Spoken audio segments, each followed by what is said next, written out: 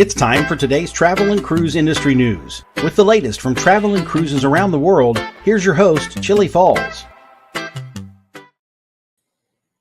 Good morning and welcome to Travel and Cruise Industry News on this Monday, February 13th, 2023. Coming to you from Bedford County, Central Virginia area. Our headlines this morning: Red Hook Shore Power, a fire on the Stena Ferry, and Ponant partners with Paris Ballet. That and a lot more here at 11 o'clock this morning on Monday, Travel and Cruise Industry News. Today, folks, is National Cheddar Day. That's a good one for me. I love cheddar cheese. I love pretty much any kind of cheese. But today, make sure you, if you don't have any in the refrigerator, go out and get some cheddar cheese on something. I promise you I will. If you're listening via the podcast, you're always welcome. And thanks for listening. You can always access the podcast via my blog, which is accessadventure.net, or wherever you get your podcasts from, like all the big hitters. Just search for Travel and Cruise Industry News, and up pops the fat travel guy. Anytime you're listening, you can always jump over to the video feed just by going to the description of the podcast and clicking on the link for the video feed. So we do have quite a bit to cover this morning, but actually the main thing is a special interview. Tonja Senn is one of the, she and Dwayne are part of the JJ Cruise crew, if you want to call it that. I've actually been on 3 cruises with Tonja and Dwayne, and they were on the Norwegian Breakaway last week. They've made quite a change since they left New Orleans. And I talked with Tonja late last night. For her, it was probably early this morning on the Carnival Luminosa. So here's Tonja. My guest today on Chillie Chats is my good friend Tonja Penn. We were just together last Sunday, a week ago in New Orleans. Tell us where you are and how you got there. I am on the Carnival Luminosa that goes out of Brisbane, Australia. And we are out on the seas, very rough seas right now, heading out to a couple of the Pacific Islands. And we awesome. We flew straight from New Orleans to Dallas to Auckland, New Zealand, and Auckland, New Zealand to Brisbane. So the first leg of that went to Auckland. What was that, about 17 hours or something? It was 16 hours. Yeah. Wow. Have you ever been on a flight that long before? Oh, yeah. Several times. Okay. I don't look at it as hours. Yeah. I don't look at it as hours. I look at it as movie time, because each movie I say is like 2 hours. So instead of 16 hours, that's 8 movies. It sounds a lot better. Okay. All right. Carnival, of course, transferred what was basically a ship for the Italian market to a FunShip. How have they done as far as the transition goes? What's the ship like? Is it still European, basically, or is it more like an American ship?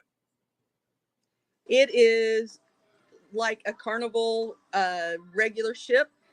There's a couple of differences, but the layout is just like being on the Pride or Spirit, the Carnival Pride or Spirit. It's the same class ship. It feels very much like coming home to another Carnival ship when you walk onto it. Guy's Burgers is not here. Yeah. And they have think they call it the grill, where they have hamburgers and stuff, but it's not the label of Guy's Burgers. And the food, one side is Indian, one side is Asian, one side is English and Australian food, and then the other salad bars and stuff like that. So they do cater to the demographic from down here instead of the food that we're normally used to. But trust me, it's really good. And but other than that, the ship is fairly laid out the same.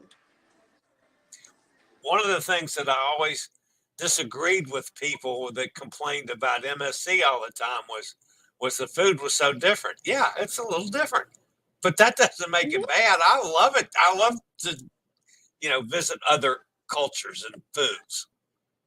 Yeah. Different can be good.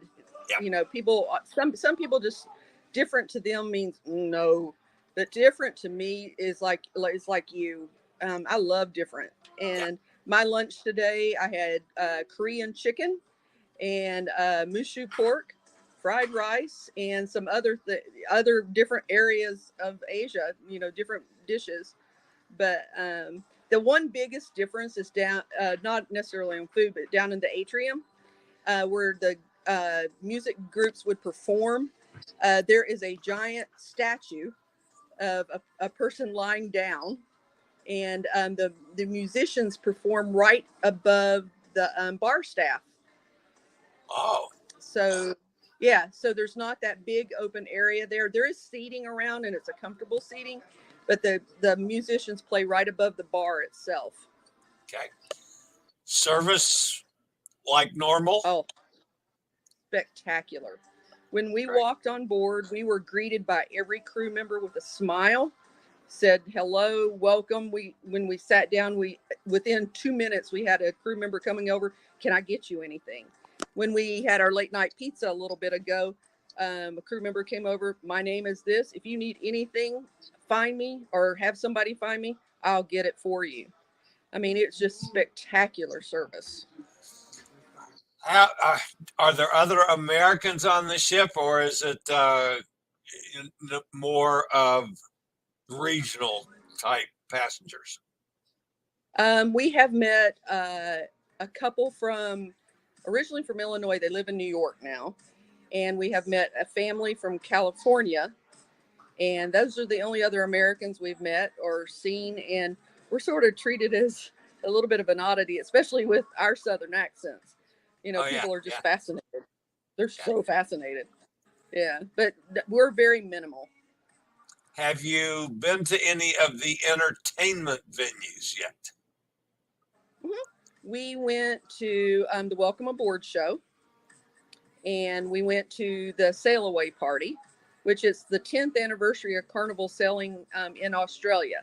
So they're celebrating that milestone while we're on the ship this year. And we went to karaoke and watched. Trust me, you don't want to hear me sing. And me either. Then we went to Ocean Plaza, which is another area, and listened to the rock band. It's one of the best rock bands I've ever heard on a ship. Great. And no pneumonia from your venture into the ice bar last week? You broke up.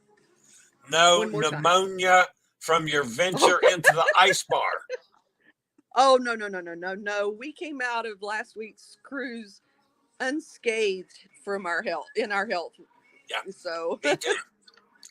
Me too. Yes. And apparently some of our fellow cruisers didn't. So that's a good thing that we made it through unscathed. I don't know if you saw the poll, but it's in the hundreds. Yeah. Who didn't escape unscathed. Yeah, I know. Okay. What's next for you and Dwayne? Well, we're on the Luminosa this week. And then when we get back to Brisbane, we take a 5-hour motor coach ride out into the outback to catch a overnight train to go down to Sydney. Awesome. And then when we get to Sydney, we're there for 3 days. And then we to Tasmania for 2 days. Then we go back to Sydney and get on the Carnival Splendor for a week. And then when we come back, we go to Melbourne, and we are there for a few days. Then we get on the Grand Princess and go on a 2-week cruise around New Zealand. My stars. You're accomplishing a bucket list for all of us. So we got to do this again, you realize. And unfortunately, they're right at the end. Tonja froze up, so we didn't get the last sentence in. But my goodness, what a bucket list cruises she and Dwayne are on. We will definitely be touching base with them on a fairly regular basis over, the next more than a month now that they're going to be down there. That's just awesome. So anyway, thanks to Tonja for joining me, whether it was early this morning or last night, whatever time it was over there, for a quick little interview. All right, I'll be back with today's news after this. Do you have a bad back, bad hips, bad knees, or any other mobility issues? Think about Scootaround. For scooters, walkers, wheelchairs, even oxygen needs, delivered right to your cabin. Scootaround for all your mobility needs on your upcoming cruise. And again, of course, thanks to Scootaround for all they do for me. And if you have any kind of needs in the mobility challenged arena, from a walker, a rollator, a scooter, a power wheelchair, a manual wheelchair, oxygen needs, just call Scootaround. Whether you're on a cruise or you're just going into a hotel or resort someplace, check with them. Goodness knows they're the reason I can do what I do today. All right, we'll be back with Red Hook Shore Power after a quick break from one of our network sponsors.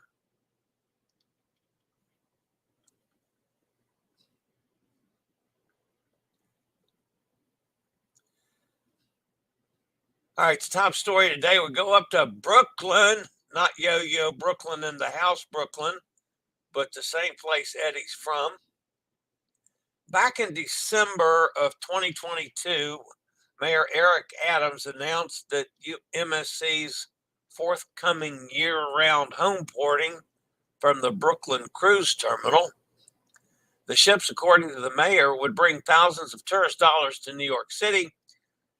The large liners also bring toxic diesel exhaust to the community. Red Hook's Brooklyn Cruise Terminal is the only cruise port on the East Coast with a total solution, shore power. By plugging into the electric grid of the city, liners docked there would be able to keep running without burning diesel fuel, thereby eliminating the pollutants. However, because of the shore power design of the terminal and the lack of regulatory mechanisms to compel adoption, the system has not been fully used since it was installed back in 2016. Last year, just about a third of the ships visiting the port plugged in. The rest continued to burn fuel.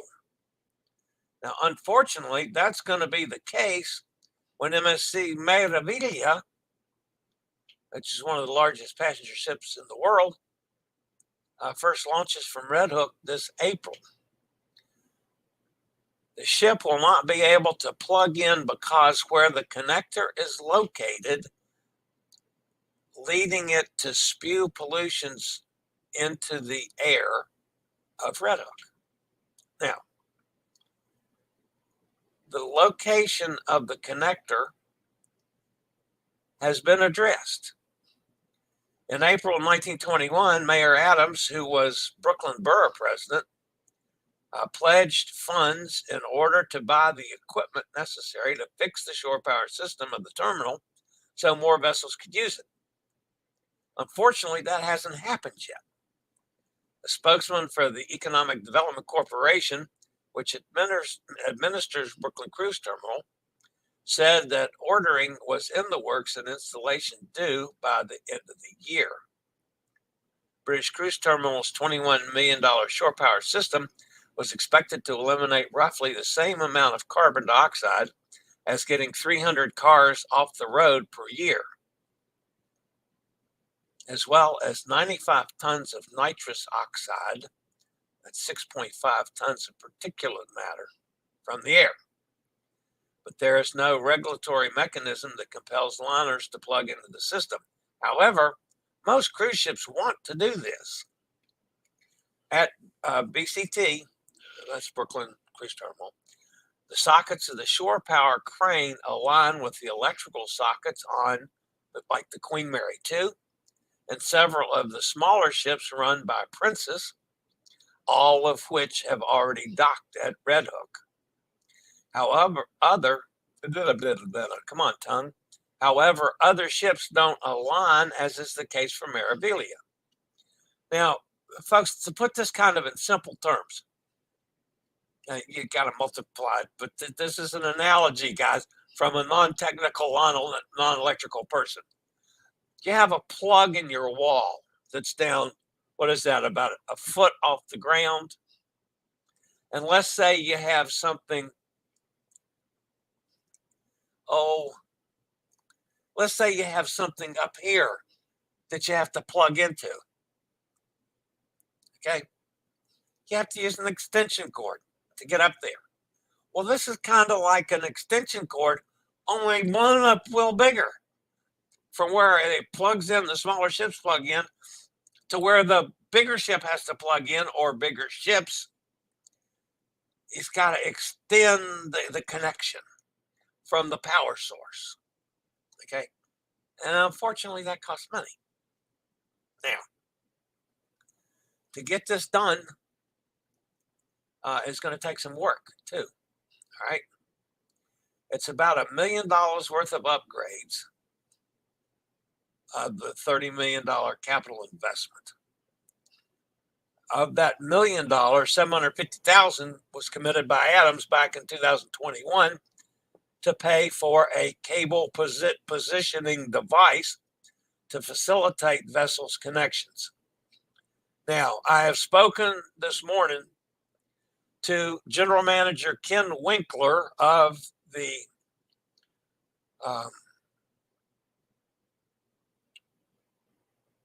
cruise terminal, and he has informed me that equipment has been ordered and will be installed by the end of 2023. So that's good news.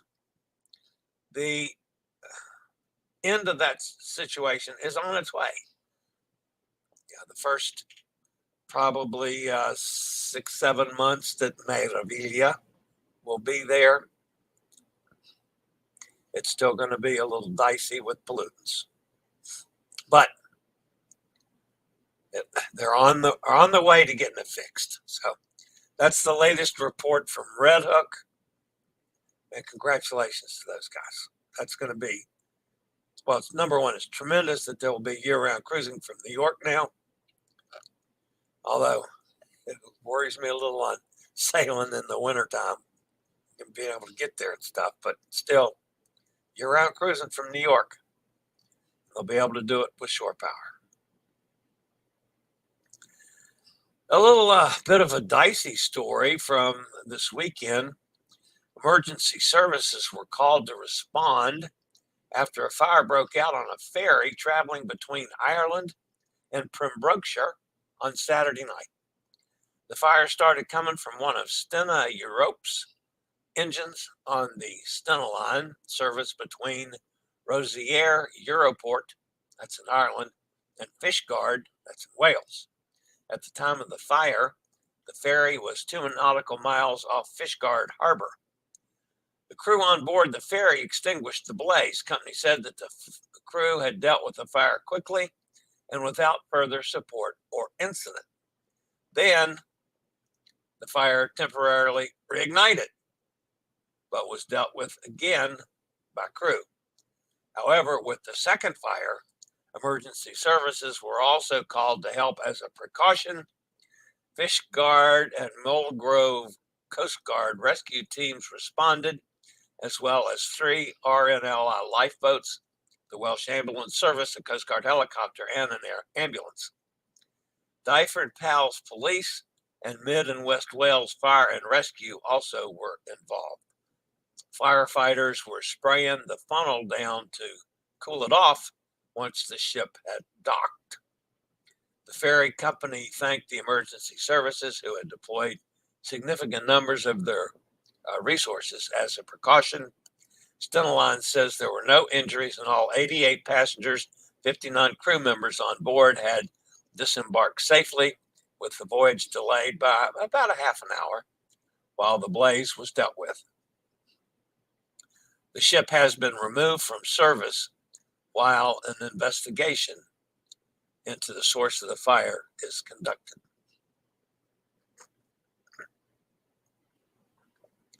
And finally, this morning, this is the first light news day we've had for over a week now. We've had, tremendous news days. Not so this morning, which tends to be the way Mondays go.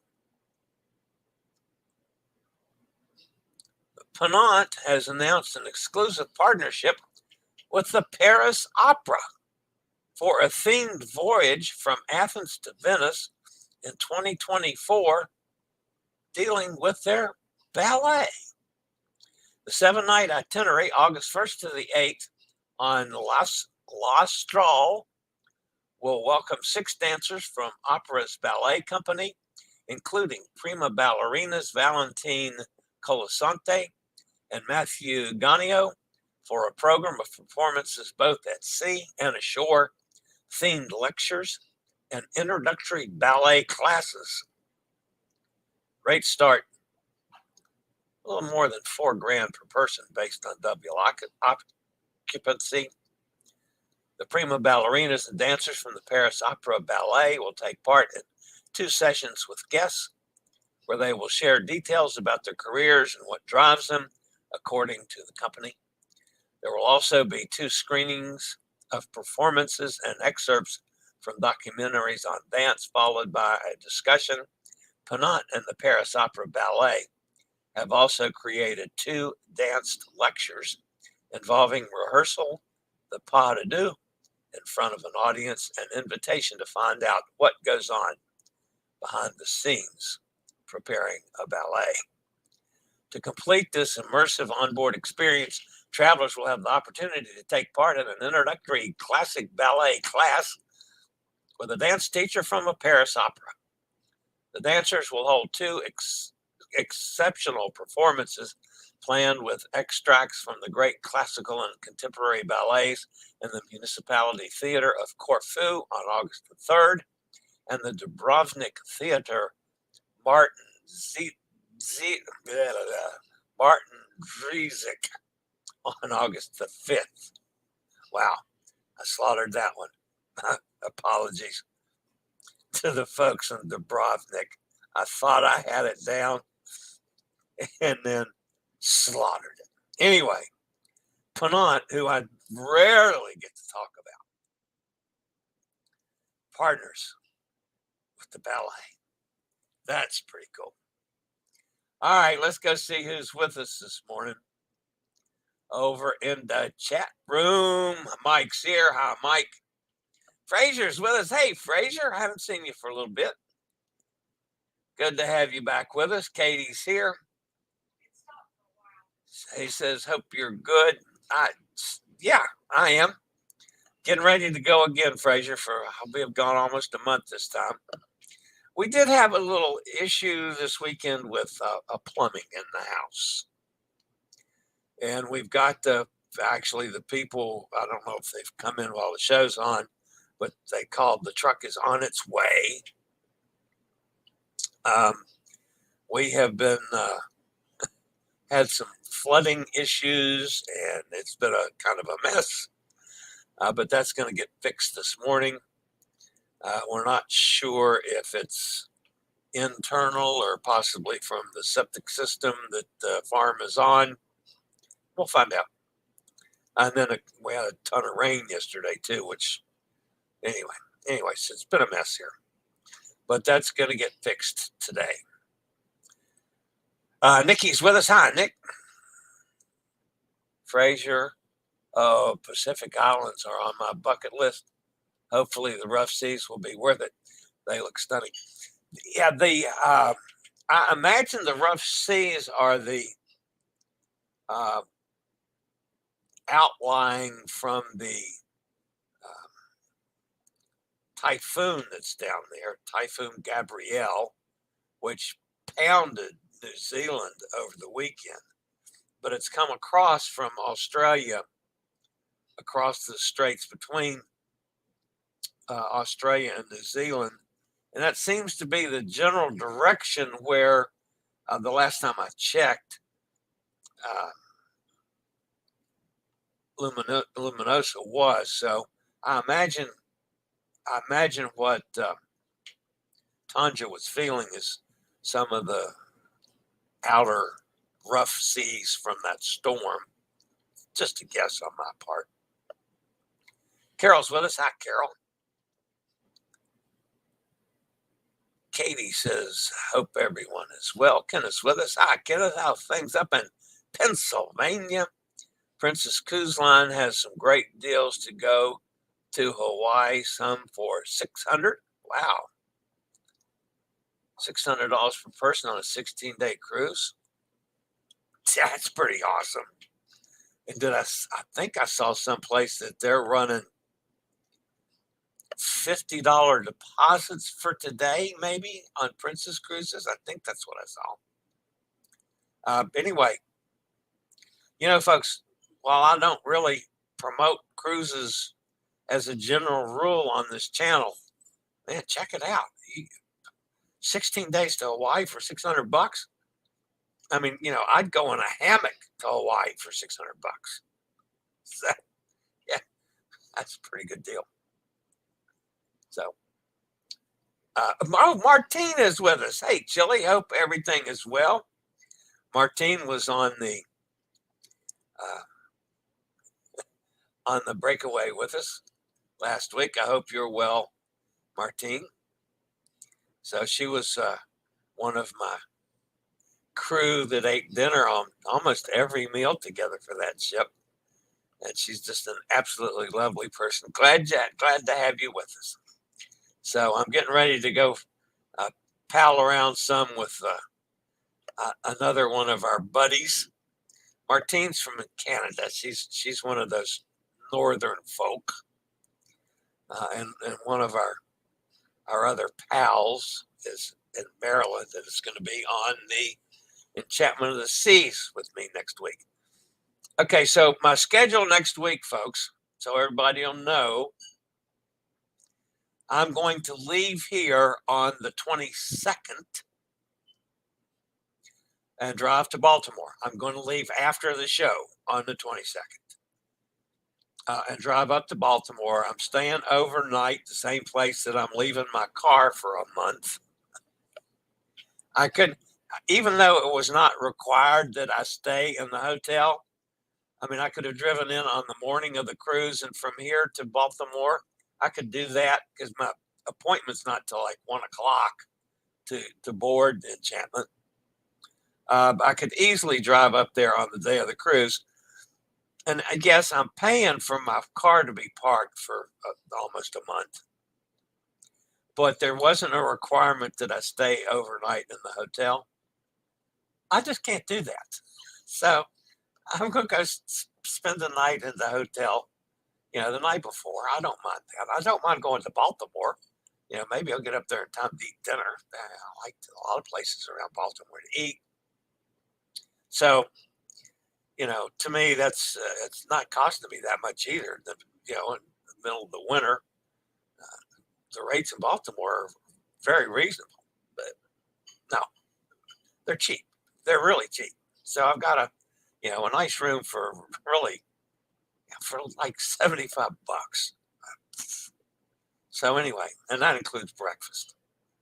So yeah, I'm gonna go up the night before. And they also have a shuttle to the cruise port, but since I'd be only doing a half shuttle, because after the cruise, I got to go to the airport and fly to Fort Lauderdale, because I butted those two cruises together without thinking, like a fool. But anyway,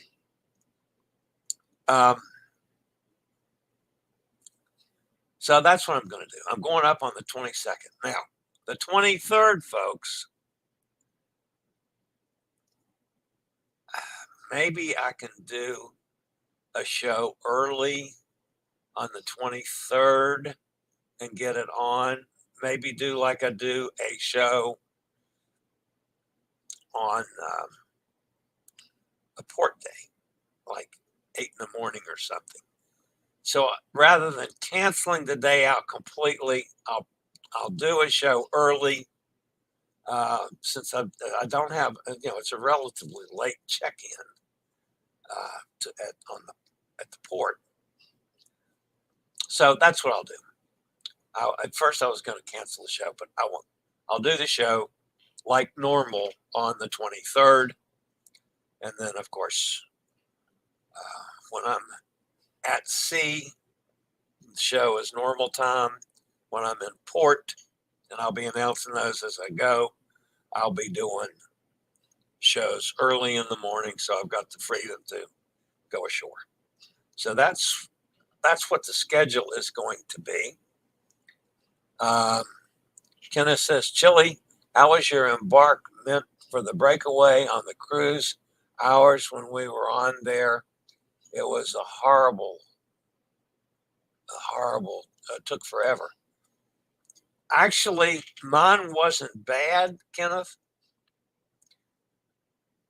but I was in no hurry to get off because I was staying in New Orleans an extra day. I didn't need to get off early like I normally do.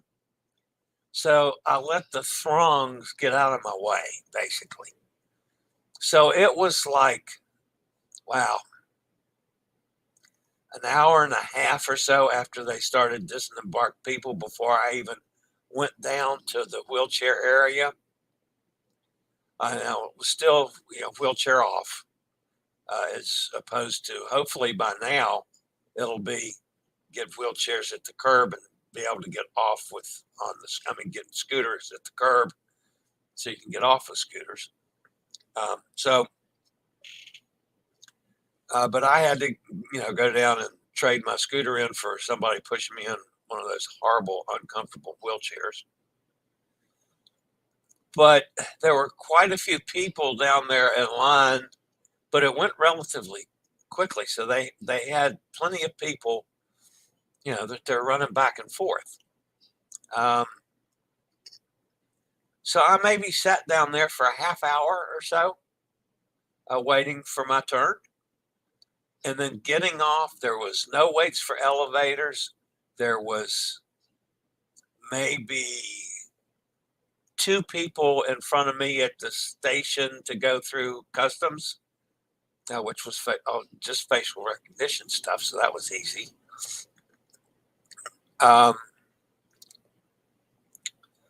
We got a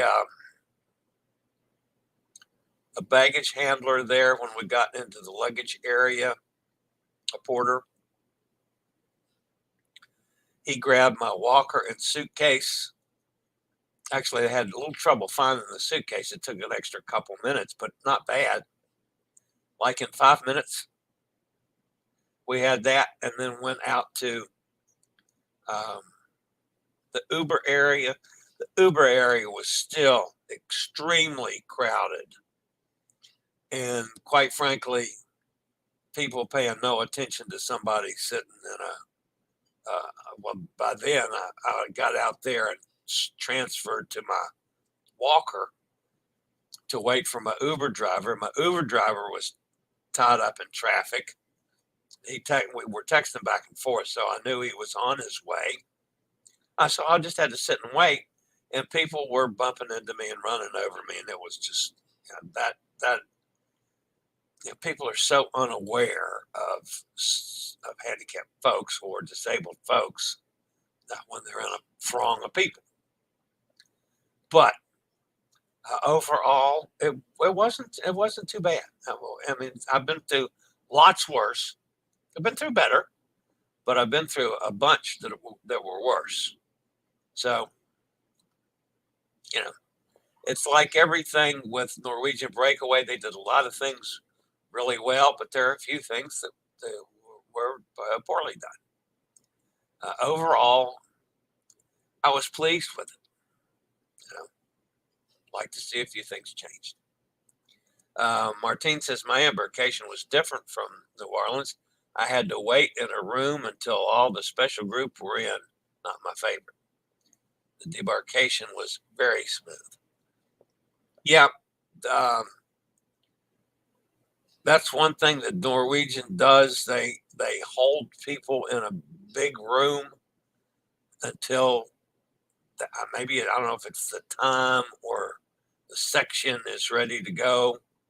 I didn't have to deal with that because being disabled, I kind of just missed all of that. And I was taken right around and through and around the crowds and lines, and they pushed on board. I mean, I kind of hate that handicapped folks get to miss out on all those lines. I wish I was standing. No, I don't. Sorry, but yeah, no. I'm glad to get on the boat as quick as I can. But yeah, I'm sorry that's the, and I agree with you. Back in the days when I used to get stuffed in those rooms, I hated it too. So, all right, guys, that's going to wrap me up for today. Again, thanks for being with me on this Monday morning. Thanks especially to the lovely Tonja for spending some time with me. By the way, I didn't mention this before. Dwayne was already in bed. So Tonja was still up. So it was, it's night owl time for Tonja. She's not a early to bed person. But Dwayne had already given up the ghost and was in bed when I interviewed Tonja last night or this morning or whatever time it was. I get confused with the times, especially down under. But we will do that again, folks. I'm telling you, we're gonna see if we can't get Tonja on from the Splendor and then Tonja on again from the Princess ship as well. So that's awesome having people there. We're going to try to expand this some, folks. When you're on a cruise, don't be surprised if the old fat guy doesn't get a hold of you. Do a nice little quickie interview like that on what's going on and what you're seeing and what you're doing. I think that would be a nice feature to expand, make a little more of on this channel. All right, guys, that's going to wrap me up for today. Thanks for being with me. As always, we appreciate the thumbs up. That helps the channel out. If you haven't subscribed, please consider doing so. Hit the bell notification so that you'll be notified when a new video is up or anytime I go live. And for now, that's it. As always, stay safe, stay healthy. Think about cruising, and hopefully one day soon we'll all get together on the high seas. Have a fantastic day, everybody. See everybody tomorrow. Later, y'all. I regularly post videos on all facets of the travel and cruise industry, so if you'd like to keep up with the latest in cruise ships, ports of call, cruises themselves, Chillie chats, and travel and cruise industry news, just hit the little subscribe button in the lower right-hand corner, hit the bell notification so you'll be notified when a new video is up or we go live.